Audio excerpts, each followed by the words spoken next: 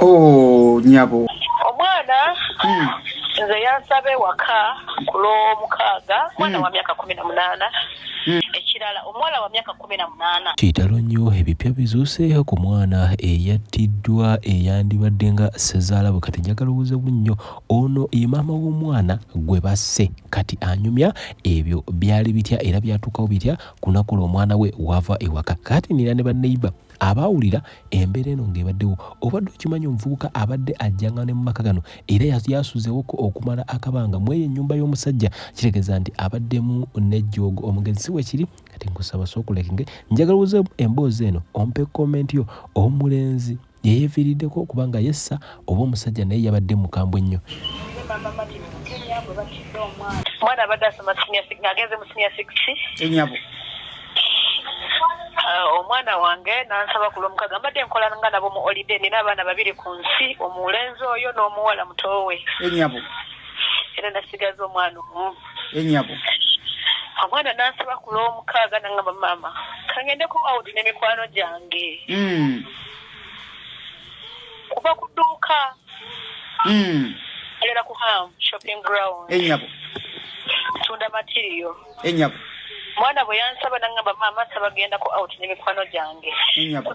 era bulijjo atera okunsaba n'emikwano gye abadde muwagizi nnyo wa mupiira mu kisaawa waffe tewabeerawo emipiira akola ki munakivubo abadde nga nsaba kubanga kye kizimbe kutukolera ne mukkiriza n'akola ki n'agenda era ng'akomawo obudde bukyakola ki bukyale kati era n'ekkulo yansaba nga bulijjo ne mukkiriza era bwe mba ŋŋaanya abatakola ki abatagenda nemukkiriza n'agenda era nemugamba nti bayisawa tugenda okubeera saa 2 ng'okoze eki ng'okomyewo ye omwana bwe yagenda nfuna muwulire ku ssaawa 4:45 nkubira nti abadde alina akagirlfriend ke katwalidde ekimuli kye bamutidde tata w'omwana amusse ani akuwa amawulire ago ensula kawanda bamuttira amatugga naye n'ekirala kinyawo kiriyalinga ekifaananyi ekyo kitambula eky'omuwala nga yeesibye akakaaya ne t-shirt ya green omuwala si y'oyo omuwala si y'oyo lwakuba situkuwulira bulungi nkuwulira nze nkuwulira mukwano nkuwulira omuwala si y'oyo n'ekifaananyi ne vidiyo y'omuwala entuufu tubirina mbadde nsaba mbibawe era oŋŋambireko n'abamidiya abalala nti omuwala gwe batambuza oyo omuwala w'ekawanda secondary ate ono wa hillside abadde asoma naye teri mwana wa myaka 14 gye boogera ng'asoma senior 4 enyabo omuwala wa myaka 18 ayinza n'okuba ng'asinga ku mutabani wange obukulu jasi yasoma mpola baneiba nabo boogedde ebyaliwo bye baawulira nsanyusa okusinkana nange obasinkana bakama bange nga mwalaba n'ekikangabo twalaba nakyo olw'ensonga omwana oyo omulenzi yasooka najja ku lwange nali ngegenda neiba nali simumanyi nga ye omuvubuka ku kitundu naye mu kusookera ddala mu mwezi gwa January omwana oyo yajja nasula mu nju y'omusajja oyo ndozi ennaku zesaamanya nganze engeri gye nalinga nkomangawo ekiro naye era mba ndi waka mu nju ng'omwana oyo omusajja oyo atandika okukola ki okumukuba era nga baneiba badduka kino ekyokusula mu nnyumba kyaliwo before Valentine yajjanga n'asulanga mu kuba twakitegeddeko taata akolera ggulu eyo mu kusookera ddala mu kumanya ebintu ebyo mu kusookera ddala guno omulundi gwe yamukubye si gwe gwabadde gusooka omulundi gwe yamukubye gwadde gwakubiri era gwe yasooka omukuba omutaasa okumutaasa okutwalako ekisente yasooka n'amukuba mu mwezi gwa January omwaka guno nga bino tebinaakubeerawo ebyokufa n'amukuba ne tumutaasa omwana ne tumugamba ddayo ewammwe nga omwana agasima embeera kajjansi aba yasimanya abeera Ntebe kati we twamutaasa omwana oyo ne bamujjanjaba abeewaabwe ng'omwana bagamba anonye eki ng'omwana agamba nti ewaabwe kale maama we yamwegaana ono omulenzi kati ntufunako mu master we yali nga amusomesa Master Kayongo ku Hillside najja n'atwala ki omwana ne bazadde be bennyini bajja ne batwala omwana oyo gwasooka kati ku Valentine mba ndi mu nju neebase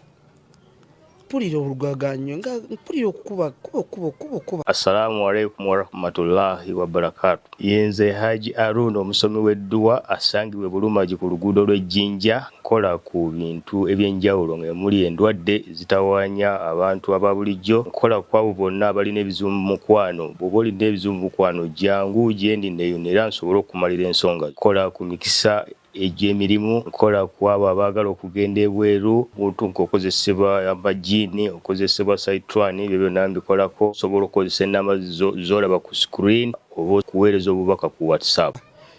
Tuggulawo baneiba bonna baggulawo bagamba kiki omwana nga alajana ng'omwana alajana tugamba kiki ng'omwana y'omu yakoze atya yakomyewo kati bwe yakomawo bw'ati tugenda okuvayo ffenna mu nju okwegayirira ku musajja nasibawo naye nga n'omuwala gwe yali ali naye taliiwo ngadduse kakireeka omuwala bwe yalaba taatayo bw'ati ye n'abandula oluggi n'akola ki n'adduka kati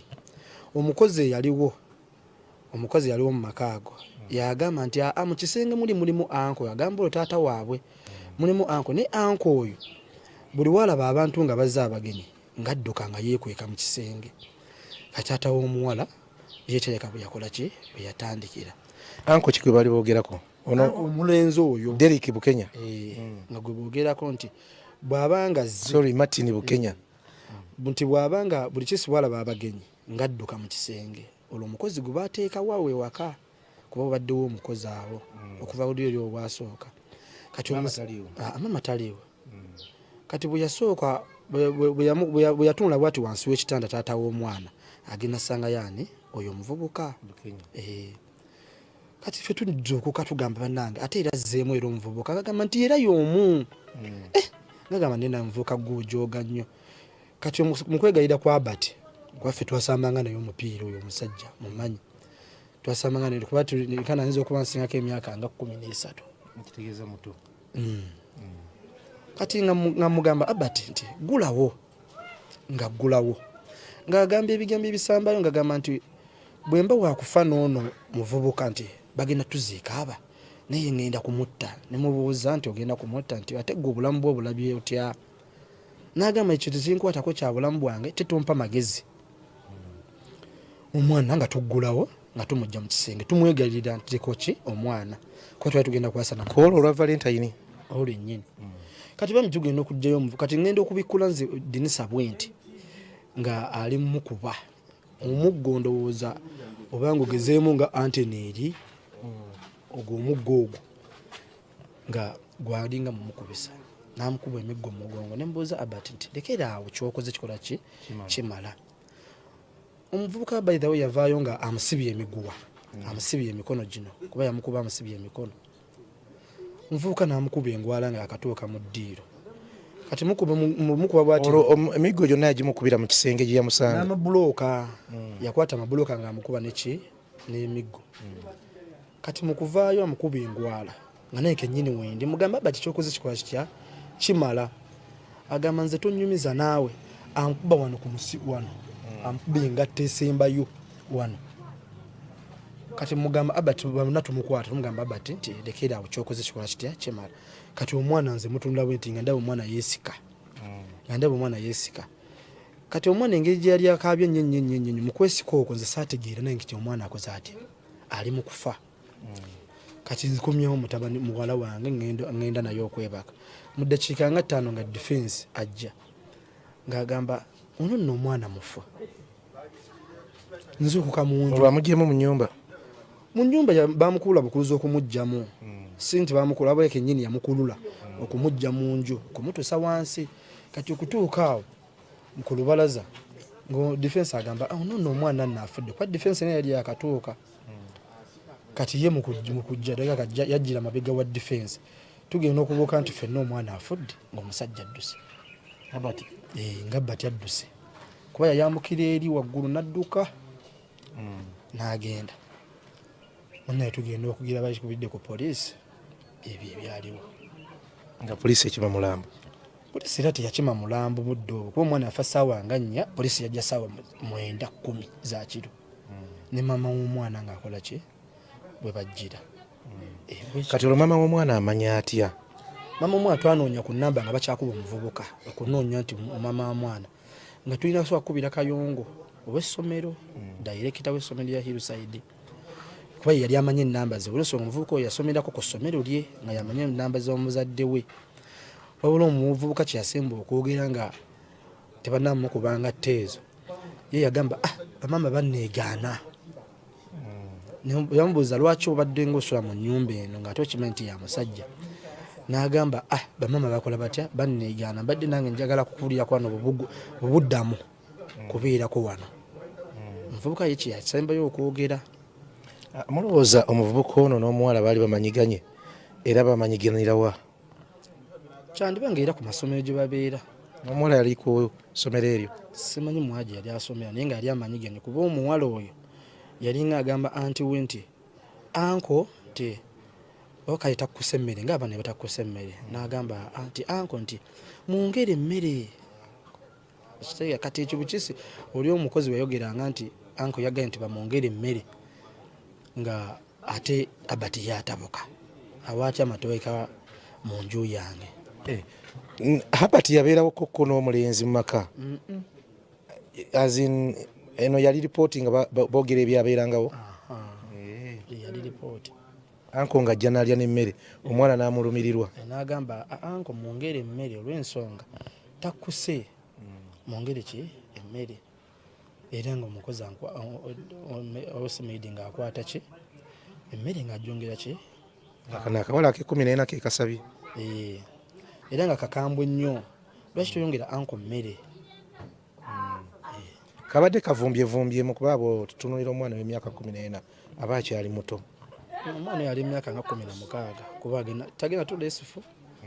kulwanga engeri mbadde mulaba abadde kale atandise okuva ng'anaavumu ng'omuwala. Egyo emyaka giba mizibu nnyo adolescence giba mizibu nnyo. Kati omuwala yadduka yaddamu okulabika? Taddangamu mulabika nga yo omuwala okusinziira kiki ekiriwo kati taddangamu balabika era twanoonya ekyokukola mu budde obwo naffe nekitubula. Kati kyekiri ewaka we tubadde naye taata yadduse poliisi tugamba famire yagiddusizza. Era yo famire yagiddusizza era taata takola ki taliiwa. N'abaana bonna yabatutte? N'abaana bonna si nti yabatutte wabula teeka baganda b'omukazi bebakoze ki bebakibye abaana baabwe. Omukazi ye waali? Omukazi ali bweru. Olwagira nga mulaba batwala mulambo naye ng'omulenzi mwali mwamulabako dda? Wanje kale tweyanzizza nnyo tweyanzeege nedda mabega bwoti kuba abadde tuyagala bakulaba. Ekyokutta omuntu kyo kyasusa obulamuzi. Tutandikira mu Desemba nga 11 nga twakawummula bwetuti olaba twali twakawummula bwetuti Matini n'akwata ekkubo n'agenda n'akola ki kati bwe twawummula bwetuti jjukira omusajja yali akola safaari Matini n'agenda ewuwe n'atandika ossula eyo egera Matini ng'asulawo oyo omusajja okumala omwezi bagumu n'ennaku ezigwamu ne bakolera nno ddala amaka manye amaka agaddala nga balinga mwami na mukyala jjukira ono omwana Tina baali bamuweerezanga ssente taata we z'okulya kitegeera kati bo ne bakolera ddala amaka mwami na mukyala era nga bagenda babiri eshoppinga kitegeera kati jjukira alinawo waliwo bambegaawo okumpi bakazi nga omanyi ab'olugambo kati kazi ab'olugambo oba bamutegeeza nti waliwo asula ewuwo nze naawe kati wayitawo omwezi ng'ajja omusajja bwe yajja omulenzi yamusangayo yajja sikiro era lwali kiro kati bwe yajja omulenzi yamusangawo omulenzi we yamusangawo n'amukwata omulenzi infact yekwekana mu kiyigo kati omusajja najja n'obusungu omulenzi we yavayo n'amugamba taata tokuba kankunnyonnyole teyamulinda kunnyonnyola n'amukuba era ogwo gwe kwasooka bamukuba bubi nnyo nnyo kuba baamukuba ne bamusiba nako nno ekitegeera bamusiba nako nakkiriza agamba nti omuwala akoze eki amuvuddeko dayirekita gwe baakubira dayirekita Kayongo yajja n'ataasa efensi najja kitegeera naye omusajja yakuba omwana omulundi ogwasooka gwe ogwe omulundi ogwasooka omukwatirayo yali yekwese mu kijiiko yali amazeeyo omwezi mulamba ng'asula mu nnyumba ye. Kitegeera nga yagafuulanga amaka ge ng'asula mu buliri n'omuwala akeera ku makya kuba kati oyo Tina yali yaleetera abatoobe yakkirizisa abatoobe nti ono Martin ki anko we. Kitegeera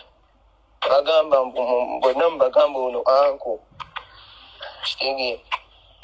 ogenda kwongera part 1.